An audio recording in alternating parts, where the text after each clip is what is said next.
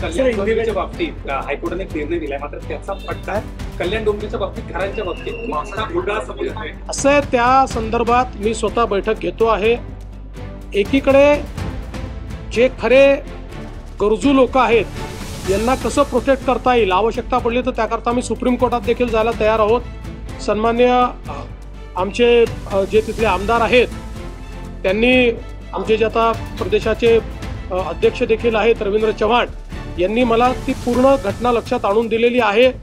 आणि या संदर्भात पोलिसांनाही मी सांगितलेलं आहे की ज्या बिल्डरने हा खोटेपणा केलेला आहे त्यांच्यावर कारवाई करा.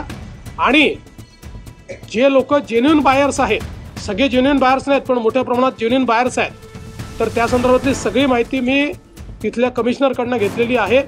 आवश्यकता पडली तर सुप्रीम कोर्टात जाऊन देखील त्याला कसं प्रोटेक्ट करता येईल, कारण आता यातल्या काही इमारती सरकारी जमिनीवर बांधल्या, त्यामुळे आता त्याला कसं काय नियमित करायचं हा प्रश्न आहे. जिथे काही नियम तोडून बांधलेला आहे तिथे आपल्याला नियमाचं प्रशमन करून त्या ठिकाणी मान्यता देता येईल या संदर्भात आम्ही लक्ष घालतो.